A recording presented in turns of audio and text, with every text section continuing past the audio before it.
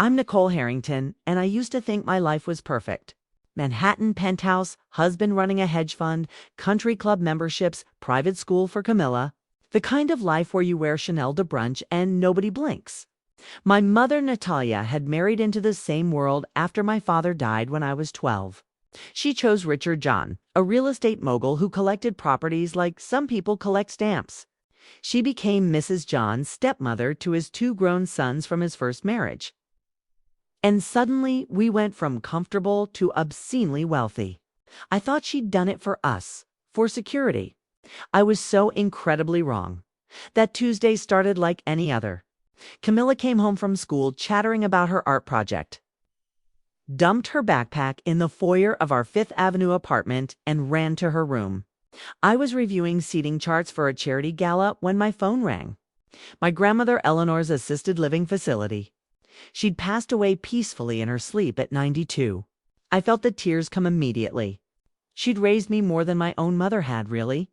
After Dad died, Mom was so focused on landing Richard that Grammy was the one who showed up to my school plays, taught me to bake, listened to my teenage heartbreaks. The funeral was small. Grammy hadn't wanted a fuss. What shocked me was how my mother acted. Cold, distracted, checking her phone during the service. When the lawyer mentioned Grammy had left some personal items for Camilla, my mother actually rolled her eyes. The woman had nothing of value, Natalia muttered. Just decades of hoarded junk. I felt anger flash through me, but I kept quiet. I always kept quiet around my mother. She had this way of making you feel small, stupid, ungrateful. Even now, at 36, with my own family and money, I still felt like that uncertain 12-year-old seeking her approval. But here's what I didn't know yet. That red box was about to crack open secrets that would destroy everything I thought. I knew about my family. The box arrived 3 days later, delivered by Grammy's lawyer himself. Small lacquered red wood with brass corners and a tiny key taped to the top. A note in Grammy's shaky handwriting for Camilla's future. She'll understand when she needs to. Camilla was thrilled. She loved mystery treasure hunts, anything that felt like an adventure. She took it to her room immediately. I went back to planning the gala, answering emails, living my carefully constructed life. That evening, my mother came by unannounced. She did that often, sweeping in like she owned the place. Criticizing everything from my choice of caterer to Camilla's screen time. "Where is she?" Natalia demanded. I pointed toward Camilla's room. My mother marched down the hallway, and I followed, confused. She burst into Camilla's room, saw the red box open on the bed, and her face went white. Not sad white, scared white. "What is this?" She snapped at Camilla. My daughter looked up, startled, clutching a small leather booklet. "Great Grammy's treasure," she said. "There's a diary inside." My mother lunged forward and grabbed it. "This is garbage. Old woman nonsense." She turned and walked straight to the kitchen, and before I could process what was happening, she shoved the booklet deep into the trash compactor and hit the button. The grinding sound filled the apartment. Camilla burst into tears. I stood frozen, shocked. "Mom, what are you doing?" I finally managed. "That was Grammy's. That was for Camilla." Natalia spun around, and I saw something in her eyes I'd never seen before. Fear, raw, genuine fear. "Your grandmother was senile at the end," she said, filled with paranoid delusions. "I won't have her poisoning Camilla's mind with her crazy stories." She left without another word. Camilla cried herself to sleep. I held her, confused and angry. But mostly I felt that familiar powerlessness. My mother had always been like this. Controlling, dismissive, cruel in small ways that were hard to explain to anyone else. My husband David barely noticed. "That's just how she is," he'd say. Strong personality. But this felt different. This felt desperate. What my mother didn't know was that Camilla hadn't been holding the actual booklet when Natalia grabbed it. She'd been holding her own notebook. The real treasure, the leather diary, hidden under Camilla's pillow. I found out at midnight when Camilla came into my room, eyes wide. David was in London on business, as usual. Mommy, she whispered, I need to show you something. I lied to Grandma Natalia. I didn't want her to take the real book. Smart kid. She handed me the diary. It was small, leather-bound, with dates going back 40 years. I opened it to a random page and started reading Grammy's neat handwriting. What I saw made my blood run cold. The entries were meticulous. Dates, times, conversations. Grammy had been documenting things about my mother for decades. Things I never knew. Things nobody knew. The first entry that made me freeze was from 30 years ago, 6 months after my father's death. Natalia told me today she's relieved Michael is gone. She never loved him. She married him for stability after her family lost everything, but she always had bigger plans. She's already started seeing Richard John. I asked how she could do this so soon after Michael's death. She laughed and said, timing is everything. I fear for Nicole. Her mother is not who she thinks she is. I kept reading, my hands shaking. Entry after entry, year after year. Grammy documenting my mother's calculated manipulation of Richard. Her cold treatment of me whenever Grammy wasn't around. Her spending of my father's life insurance payout on herself while telling me there was nothing left.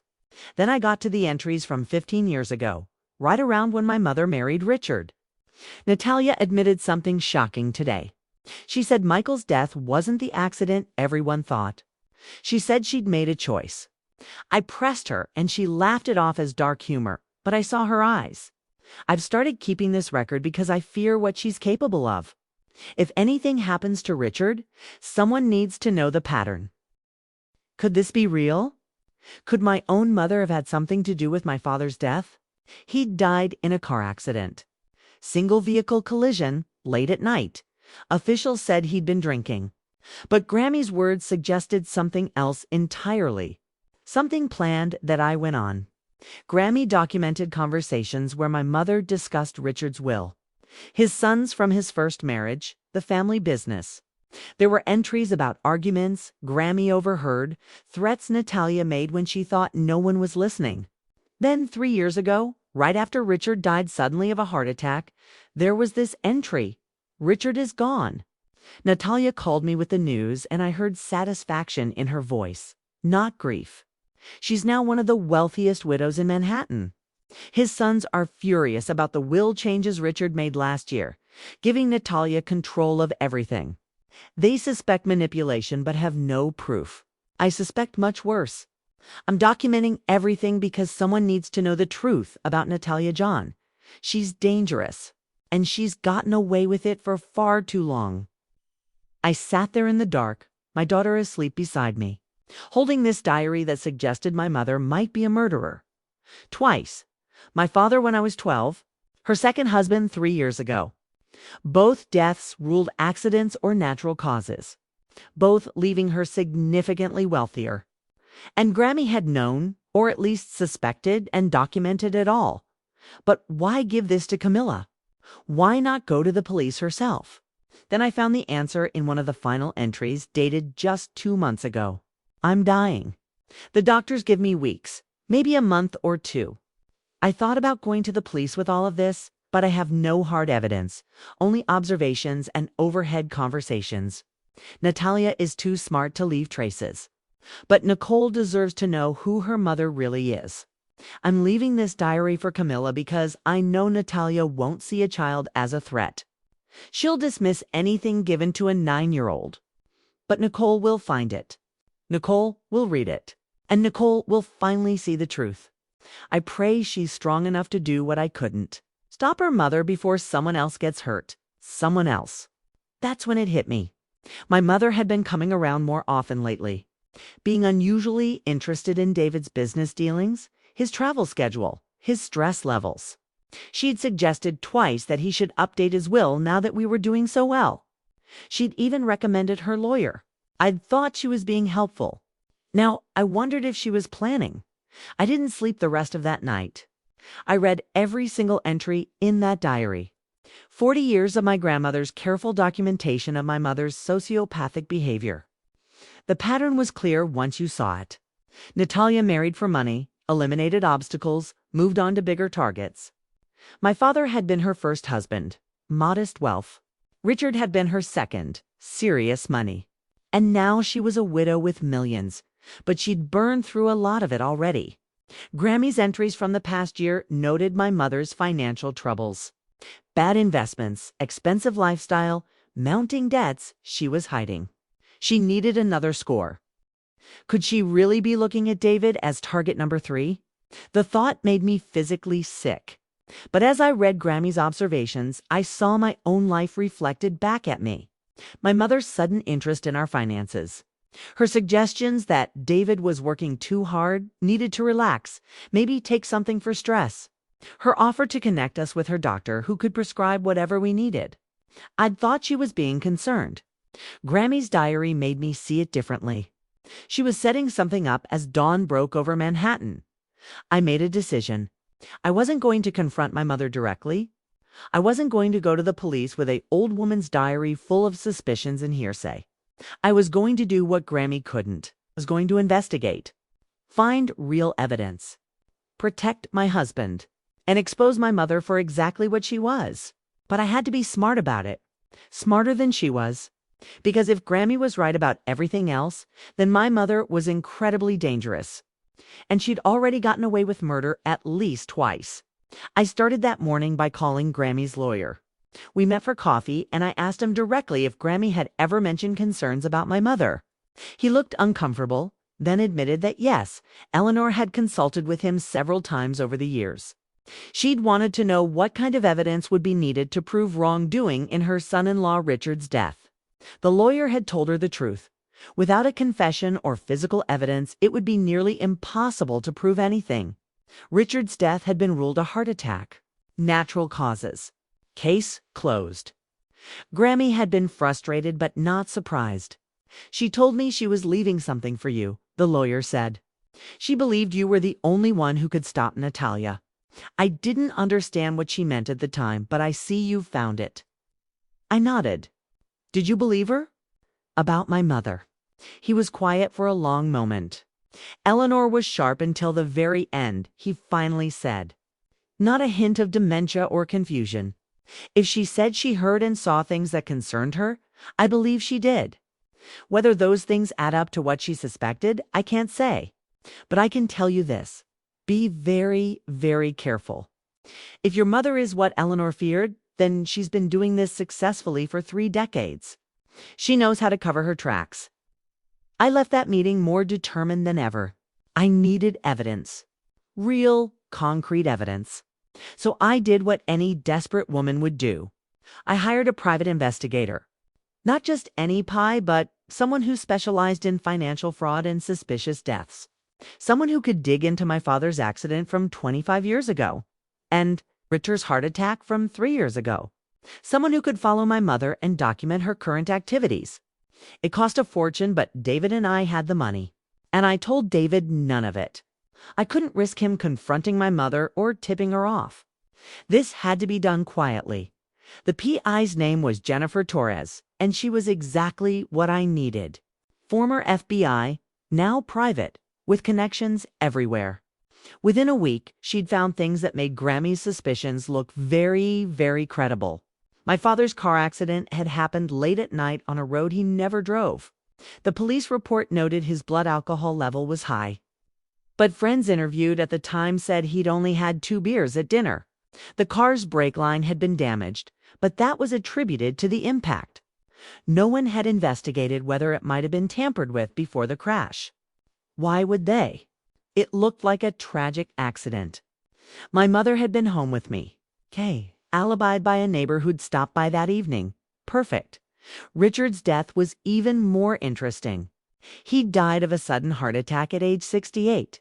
He'd been in excellent health, ran marathons, had a personal trainer. The heart attack was unexpected, but not impossible.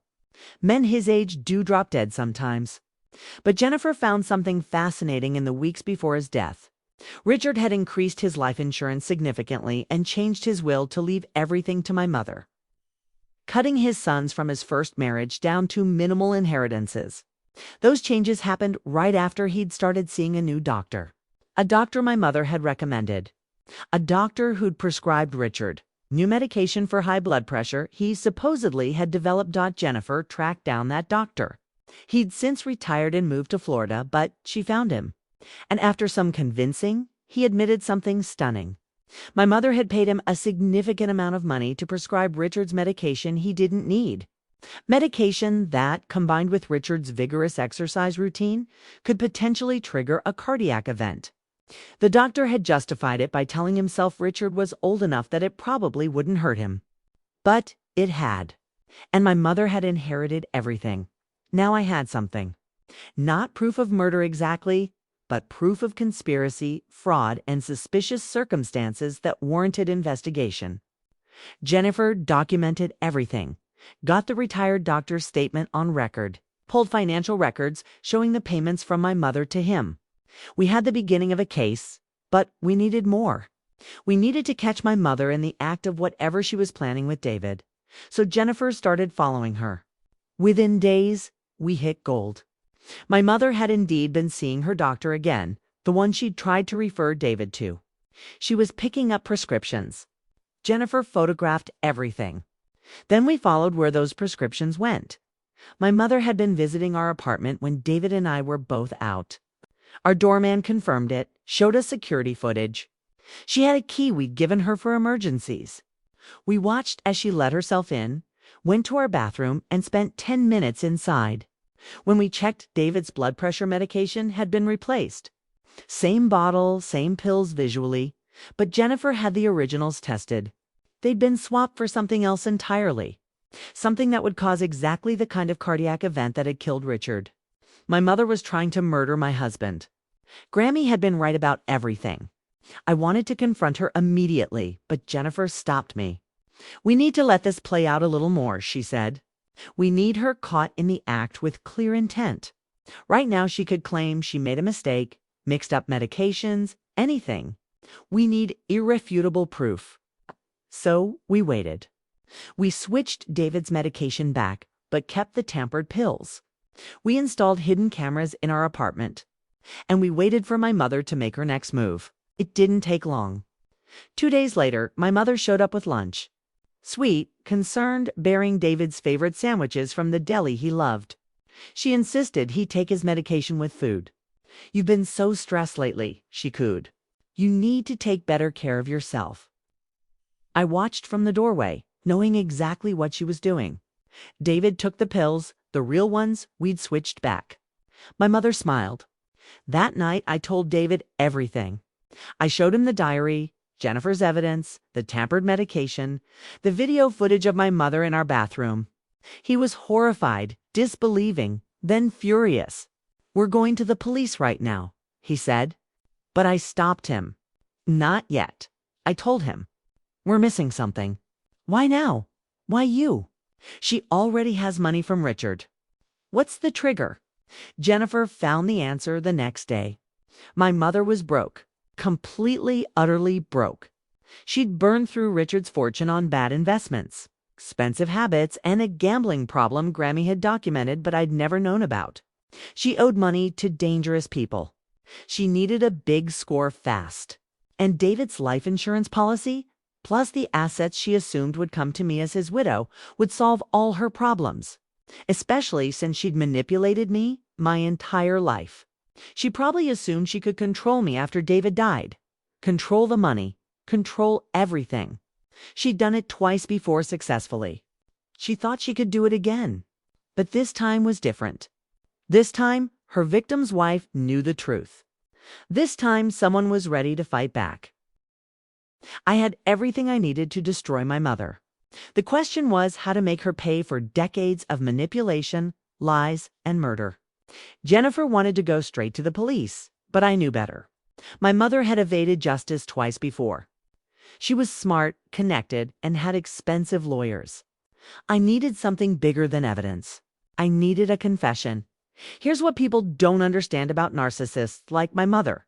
They can't help themselves. They need to win, need to be the smartest person in the room, need everyone to know how clever they are. That's their weakness. I was going to use it against her. But I had to plan carefully because one wrong move and she'd disappear into her web of lies and lawyers. leaving me with nothing but suspicions and a family torn apart forever. I spent 3 days working out every detail with Jennifer.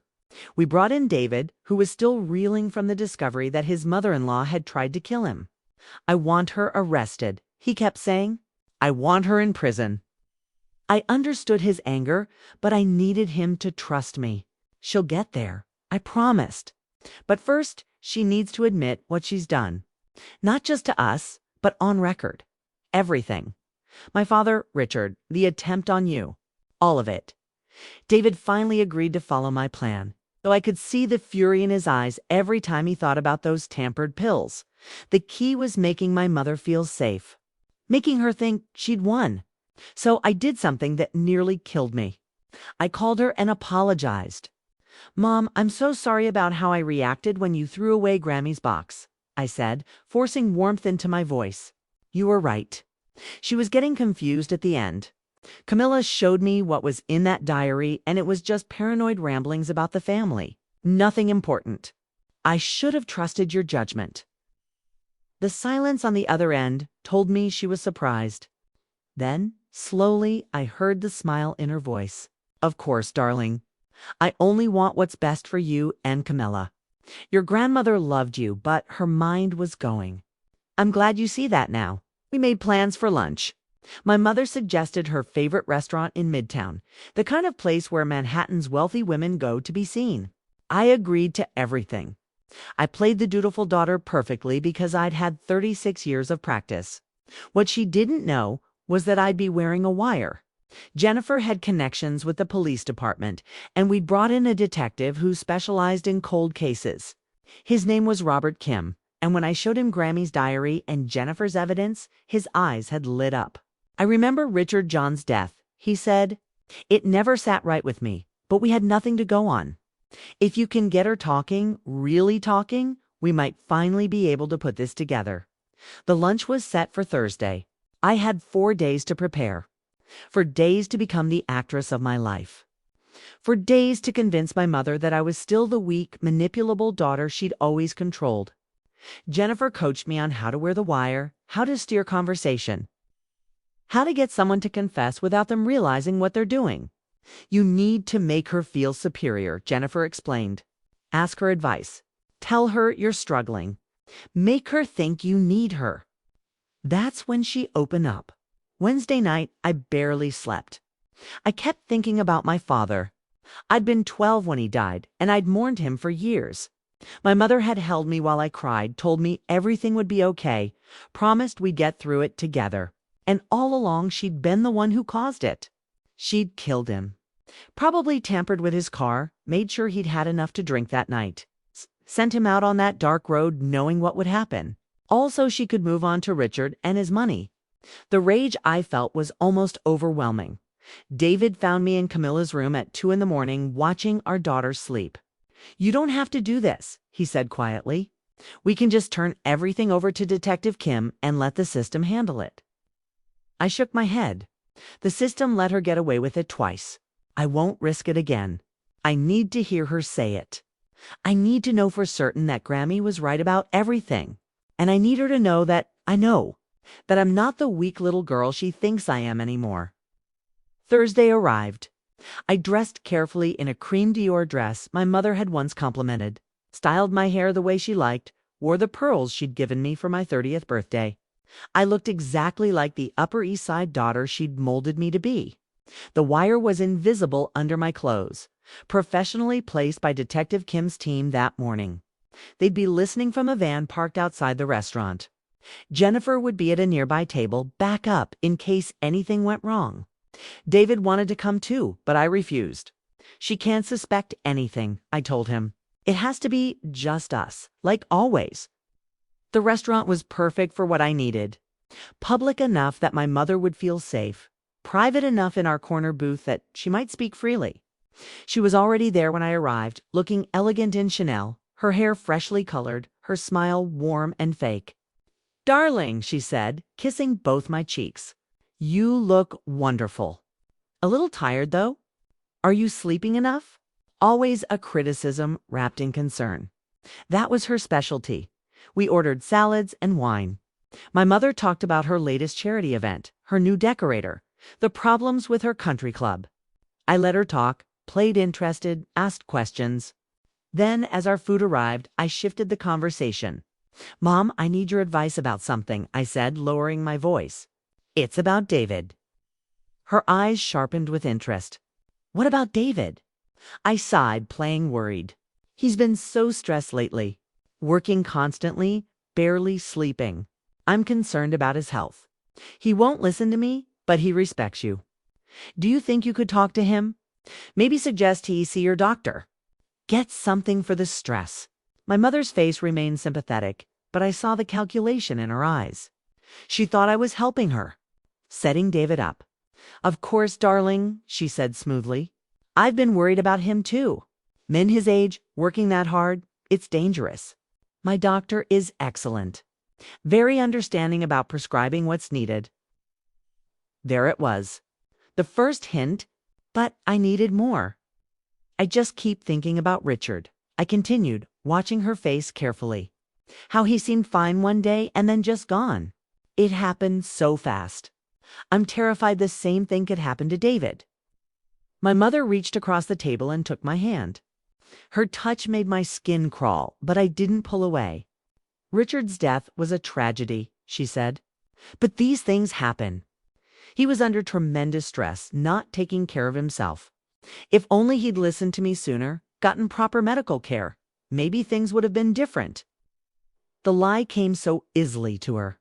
I pushed further. "You were so strong through it all," I said. "I don't know how you managed. First losing Dad when I was young, then Richard. You've been through so much." She squeezed my hand. "You do what you have to do, Nicole. Life isn't always fair. Sometimes you have to take control of your own destiny, make the hard choices that ensure your survival. Your father taught me that in his own way." My heart was pounding. "What do you mean?" She smiled, a strange, distant smile. "Your father was a good man, but a weak one. Content with mediocrity. I married him because I needed stability after my family lost everything. But I knew from the beginning it wouldn't be forever. I had bigger plans. When the opportunity came to move forward, I took it."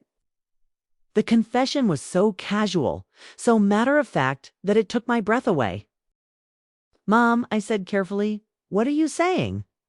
She looked at me with something like pity. "Nicole, you're 36 years old. It's time you understood how the world really works. People like us, we don't wait for life to happen. We make it happen. Your father's accident was unfortunate, but it freed me to pursue the life I deserved. Richard's heart attack was tragic, but it secured our future. These things aren't random. They're opportunities, if you're smart enough to create them and brave enough to seize them." I felt sick. She was admitting it, actually admitting it, but I needed more. I needed names, details, everything. "I don't understand," I said, playing confused. "Are you saying you planned those things?" My mother laughed softly. "Planned is such a harsh word. Let's say I recognize that certain situations could be arranged to benefit everyone. Your father was drinking more, driving recklessly. It wasn't hard to encourage those behaviors to suggest a late-night drive might clear his head. The brake line issue was just insurance. Richard was already stressed, already pushing himself too hard. The right medication, prescribed by the right doctor, simply accelerated what was probably inevitable anyway." She said it like she was describing a business transaction. No remorse, no guilt, just cold calculation. I forced myself to stay calm. "The doctor you wanted David to see," I said slowly. "Is that the same one who treated Richard?" She smiled approvingly. "You're finally starting to understand." "Yes, Dr. Morrison. He's very accommodating when properly motivated. I've already spoken to him about David's case. The prescriptions are ready. All David needs to do is start taking them, and in a few months, maybe 6, the stress will simply become too much. Another tragedy. Another wealthy widow. And this time, my daughter inherits everything. We'll be set for life, darling.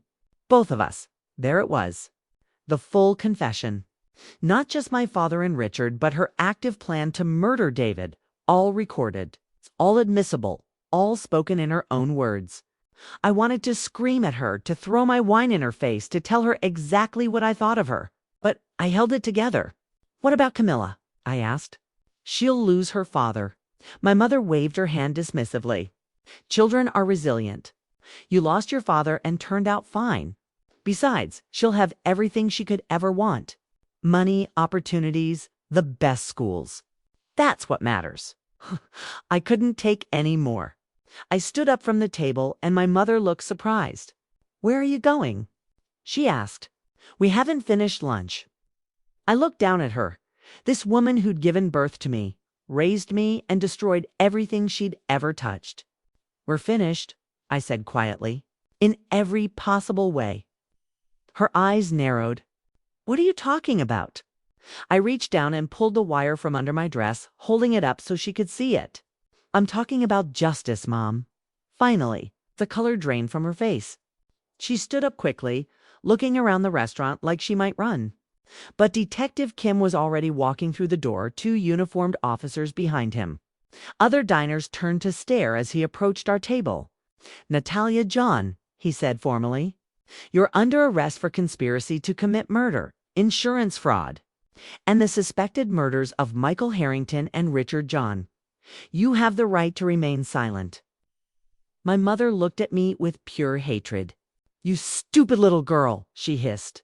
"You think you're so clever? I'll have lawyers that will tear this apart. It's your word against mine." I shook my head. "It's your words, Mom, all recorded. Everything you just told me about Dad, about Richard, about your plan to kill David. All of it on tape. Heard by Detective Kim and his team. You're done." They put handcuffs on her right there in the restaurant. She fought, screaming about persecution and lies, demanding her lawyer. But I saw the moment she realized it was over. The moment she understood that her own arrogance had destroyed her. She'd been so sure I was still that weak, controllable daughter. She'd never imagined I could outsmart her. As they led her away, she looked back at me one more time. I didn't look away. I wanted her to see that I wasn't her victim anymore. The restaurant erupted in whispers after they left. Jennifer appeared at my side and I collapsed into the booth, shaking. "You did it," she said. "You actually did it." I nodded, unable to speak. 36 years of lies and manipulation ended in one lunch conversation. My mother's need to brag to make me understand how clever she was had been her downfall. The next weeks were chaos. The media descended on the story like vultures. Manhattan socialite arrested for double murder screamed the headlines. Black widow of the Upper East Side. Mother planned daughter's husband's death. Was everywhere. David and I took Camilla out of the city, rented a house in the Hamptons where we could hide from reporters and cameras. I had to explain to my daughter in age-appropriate terms why her grandmother had been arrested. Why we wouldn't be seeing her anymore? It broke my heart. The investigation moved quickly once. They had my mother's confession. Dr. Morrison turned on her immediately, providing detailed testimony about the medications he'd prescribed Richard and the money my mother had paid him. They exhumed Richard's body and found elevated levels of the wrong medications in his system. His sons from his first marriage came forward with information about how their father had changed after meeting my mother. How his will had been altered suspiciously. The case against her was overwhelming. My father's death was harder to prove. 25 years had passed and evidence was scarce. But Grammy's diary, combined with my mother's confession on tape, was enough to reopen the investigation. They found the mechanic who'd worked on my father's car before his death. Under pressure, he admitted my mother had paid him to make the brake line look like it had been damaged in the crash, not before. He'd kept quiet for decades out of fear. But now, with everything else coming out, he wanted immunity. He got it in exchange for his testimony. The trial was scheduled for 8 months later. My mother's lawyers tried everything. They claimed the recording was entrapment, that I'd coerced her, that she'd been speaking hypothetically. But the jury didn't buy it. The evidence was too strong, the pattern to clear. Dr. Morrison's testimony was devastating. The mechanic's confession sealed it. And the recording of my mother casually discussing how she'd murdered 2 husbands and planned to kill a 3rd destroyed any sympathy she might have had. I testified for 2 days. I told them about my childhood, about Grammy's concerns, about finding the diary. I explained how I'd set up the lunch, how I'd gotten my mother to confess. The defense attorney tried to paint me as vindictive, as a daughter seeking revenge for imagined wrongs. But when they played the recording of my mother admitting everything, describing her murders like they were business decisions, the courtroom went silent. The jury deliberated for 6 hours. They found her guilty on all counts. 2 counts of first-degree murder for my father and Richard. 1 count of conspiracy to commit murder for the plot against David. Multiple counts of fraud, insurance fraud, and conspiracy. The judge sentenced her to life without parole. She showed no emotion when the verdict was read, but I saw her hands shaking as they led her away. I didn't cry. I'd cried enough over the years for the mother I thought I had. The mother who'd never really existed. This woman, this stranger who'd killed for money and power, didn't deserve my tears. What I felt was relief. Grammy had been right about everything. She'd given me the tools to finally stop my mother before anyone else got hurt. David and I made some big changes after the trial. We sold the Manhattan penthouse, moved to Connecticut, where Camilla could grow up away from the media circus. I started a foundation in Grammy's name to help victims of family financial abuse and manipulation. We funded programs for children who'd lost parents under suspicious circumstances, provided legal support for families fighting for justice. It felt like the right way to honor her memory. Camilla is doing well now, considering everything. She's in therapy, working through the knowledge that her grandmother tried to hurt her father. But she's strong, resilient, and surrounded by love. She keeps the red treasure box in her room, empty now except for a photo of Grammy. She saved us, Camilla told me once. Even after she died, she saved us. She was right. I visit the prison once a year. Not to see my mother. I've never spoken to her since the arrest. But to meet with a support group I started for people whose family members are incarcerated for harming loved ones. It's a specific kind of grief, loving someone who turned out to be a monster. These people understand in a way nobody else can. My mother writes me letters from prison. I don't open them. Whatever she has to say now doesn't matter. She made her choices. She killed my father, murdered Richard, and tried to kill David. She manipulated me my entire life, made me doubt myself, kept me small and controllable. But in the end, she underestimated me. She thought I was weak. She thought I'd never fight back. Grammy knew better.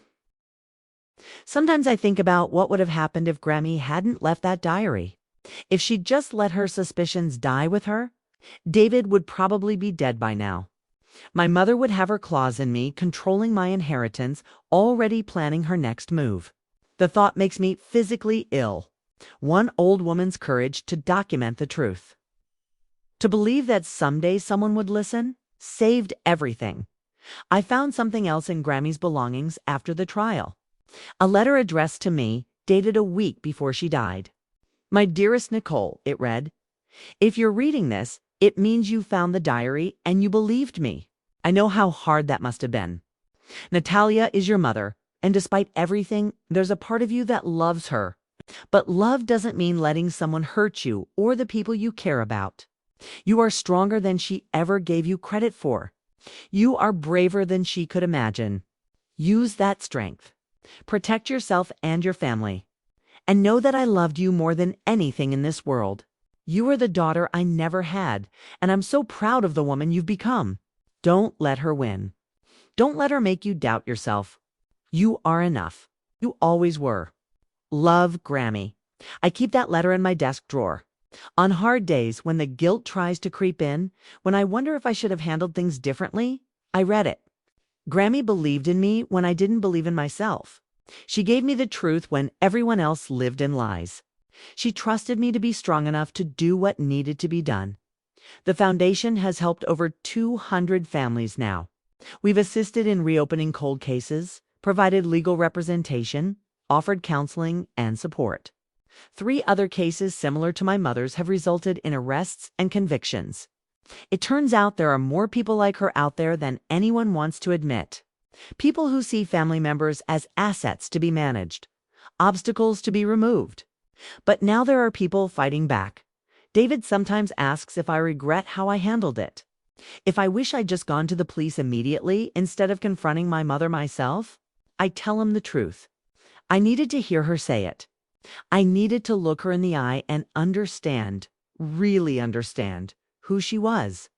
The recording was for the police, for justice, for the trial.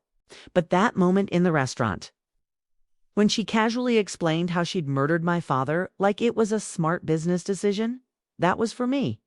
That was when I finally let go of the mother I'd wanted her to be and saw the monster she actually was. Camilla asked me recently if people can be evil from the start, or if something makes them that way. It's a heavy question for a 12-year-old, but she's been through heavy things. I told her I don't know. Maybe my mother was born without empathy, without the ability to love anyone but herself. Maybe something in her childhood broke her. Grammy's diary mentioned my mother's family losing everything when she was young, the shame and poverty she'd endured. Maybe that twisted her into someone who'd do anything for money and status. But ultimately, it doesn't matter why. What matters is that she made choices. She chose to kill. She chose to manipulate. She chose to hurt the people who loved her. And choices have consequences. I've learned something important through all of this. Families are complicated, but family doesn't give anyone the right to hurt you. Blood relation doesn't excuse abuse, manipulation, or violence. My mother spent decades using her role as my mother to control me, to make me doubt myself, to keep me weak and compliant. She counted on my love, my loyalty, my desperation for her approval. She never imagined I'd choose the truth over her. But Grammy taught me something my mother never could. Real love doesn't manipulate. Real love doesn't control. Real love trusts, supports, and believes in you even when you can't believe in yourself. Grammy loved me enough to document the truth, knowing it would shatter my world. She loved me enough to trust that I was strong enough to handle it.